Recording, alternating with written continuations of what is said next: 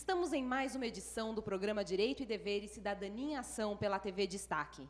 O programa de hoje está repleto de surpresas e com comemorações, contando até com uma surpresa no final. Mas só conto se você ficar com a gente durante esses 3 blocos. Juntinhos, então, nós vamos descobrindo e homenageando o Dia dos Professores, que comemoramos agora, 15 de outubro, nesta semana. E o nosso convidado não poderia ser nada mais, nada menos do que o grande mestre, que não vai nos prestigiar com uma entrevista, mas sim com uma aula magna. Ele é conhecido de vocês, é o nosso apresentador, Dr. Clóvis Brasil Pereira. Como eu falei que é um programa cheio de surpresas, também vamos comemorar o aniversário do nosso outro apresentador, o Dr. Rogério Marti, que compartilha comigo essa edição do programa. Mas vou passar a palavra ao Dr. Rogério e vamos descobrindo as surpresas ao longo dessa edição. Bom, olá a todos, sejam bem-vindos. Olá, Tatiana. É realmente um dia especial em todos os sentidos, né? Até eu estou ficando mais velho hoje aqui no ar. Ó, que beleza, né? Bem, o nosso entrevistado, ele, apesar de dispensar apresentações, é dever, né, trazer aqui o currículo do Dr. Clóvis, que eu fiz um resumo, viu, Dr. Clóvis? Eu fiz um resumo aqui, porque senão metade do programa seria para poder elencar aí os feitos e o conhecimento do Dr. Clóvis nesses anos todos ligado ao magistério, né? Então, o Dr. Clóvis Brasil Pereira, ele é advogado, militante, mestre em processo civil, bacharel em geografia, olha que loucura, né? Bacharel em geografia, em História e Estudos Sociais. Ele exerce o magistério desde 1971. São 15 anos de ensino fundamental, atuando no ensino fundamental, e 26 anos no ensino superior, totalizando aí 41 anos de magistério, né? O Dr. Clóvis, ele é autor de diversos artigos jurídicos e da obra publicada agora muito recentemente, O Cotidiano do Direito, né? Pela editora Revista e do site Proleges também, né? Ele tem lá a revista Proleges, site Proleges, é diretor do Departamento de Cultura da OAB Guarulhos e atualmente assumiu agora a gestão da ESA, né? Vamos fazer decolar agora a ESA aí na gestão do Dr. Clóvis. Dr. Clóvis, seja bem-vindo, né? E queria que o senhor comentasse com a gente, fizesse um panorama aí destes últimos 41 anos, né? Eu estava brincando com o Dr. Clóvis, ele tem mais tempo de magistério do que eu de idade, né? Então são 41 anos aí de intenso magistério. Gostaria que você comentasse um pouquinho essa trajetória aqui para a gente. Telespectador da TV Destaque, uma alegria muito grande de estar hoje participando desse programa, ao lado da doutora Tatiana, ao lado do doutor Rogério, também 2 professores de destaque, né, jovens, e que certamente muito contribuirão na área do magistério, na área da educação.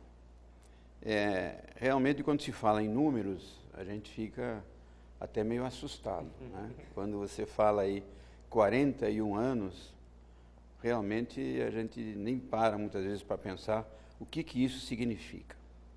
Eu comecei no magistério em 1971, né, quando fiz a minha primeira faculdade, que foi Estudos Sociais.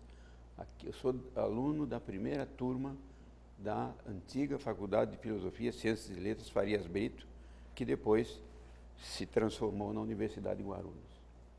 E aí eu comecei a dar aula de História, de Geografia, na época de Educação Moral e Cívica e Organização Social e Política Brasileira. Depois fui fazer o curso de Geografia na antiga Faculdade de Filosofia, Ciências e Letras Camilo Castelo Branco, hoje Universidade Camilo Castelo Branco, isso foi em 1973. Aí, concomitantemente, fiz o curso de Direito, aqui na FIG, em Guarulhos, e ainda em 1981, eu fui complementar o meu curso de História, que fiz também na Universidade de Guarulhos. Então, e sempre lecionando. Na verdade, passei por várias escolas em Guarulhos, tenho muita saudade de quando dava aula para as crianças, né? 5ª série na época, 6ª série, a gente sente o calor da criança, a receptividade da criança, que é muito diferente de dar aula para o adulto hoje no curso superior, que também é gratificante, mas são experiências que a gente vai tendo ao longo da vida, né? Mas realmente, e uma coisa interessante, em todas as faculdades que eu me formei, eu passei a dar aula, né? Porque estudei na UNG e fui professor da UNG por praticamente 14 anos. E depois fui parar na Universidade Camilo Castelo Branco, onde dou aula hoje. Bacana. E agora, nesse semestre, comecei a dar aula na FIG. Então, nos 3 locais onde eu obtive a minha formação profissional, terminou sendo os meus 3 locais de trabalho. E isso realmente é muito bom. Eu fico, assim, encantada, né? Porque o magistério, a gente fala que é uma profissão tão enfadonha, tão cansativa, e a gente tem que descobrir esse segredo aí de permanecer nessas cátedras com tanto vigor, por tanto tempo. Mas falando em ensino superior, Dr. Clóvis, qual a sua reflexão sobre o ensino jurídico atual e o exame da Ordem dos Advogados? Já que tem uma polêmica muito grande falando em vamos cancelar esse exame, mantém o exame, transforma-se a prova. Qual é o seu posicionamento sobre? Olha, Tatiana, eu acho o seguinte, há um grande número de cursos de direito, né? Isso é patente, e nem todas as faculdades mantêm um nível de qualidade, né? E muitos alunos não estão preparados, não saem da faculdade preparados, por várias razões. Hoje nós temos, o que predomina é o aluno operário, né? Na maioria das faculdades, a gente reconhece o esforço, o sacrifício que o aluno faz. Ele trabalha à noite para poder estudar de dia, ele muitas vezes faz bico em 2, 3 lugares, e tem que concluir o curso. Então, esse aluno certamente não se prepara adequadamente para enfrentar o dia a dia lá no futuro do direito. Mas eu sempre digo a eles o seguinte, o esforço é o segredo. Quem estuda, passa. E nós estamos vendo que hoje é grande o número de alunos que no 9º semestre, portanto, ainda faltando praticamente 1 ano para concluir o curso, estão conseguindo aprovação no exame da OAB, né? Eu aqui na FIG, são 17 alunos do 9º semestre que fizeram a prova da OAB agora e passaram na primeira fase, né? Eu tenho 27 alunos do 10º semestre que fizeram um exame agora e passaram na primeira prova, sem concluir o curso. Então, não é um bicho de 7 cabeças. Agora, tem que focar, tem que estudar, tem que se preparar. E o exame da ordem, eu sempre digo, é um mal necessário, porque senão nós teríamos um número de profissionais muito despreparados e nós lidamos com o quê? Nós lidamos com o direito das pessoas. E nós não temos direito de jogar o direito das pessoas na lata do lixo. Então, temos que estar preparados. Só um comentário. Então, o senhor acha que foi essa alteração que teve, porque antes nós tínhamos que concluir o curso, né, terminar os 10 semestres ou 5 anos de faculdade e fazer essa prova. Você acha que foi, então, um avanço, trazerem como professor, né, essa visão, trazerem esse exame da ordem para fazerem já com direito no 5º ano, o aluno já estudando nessa vida acadêmica? Eu acho que o aluno se sentiu mais estimulado. E é bom que se diga o seguinte, isso aí não foi uma invenção da ordem, não. Isso foi uma determinação judicial. Teve um juiz federal lá do Espírito Santo, que há 2 anos atrás, num mandado de segurança, deu uma liminar e depois veio a sentença permitindo de que o acadêmico se inscrevesse.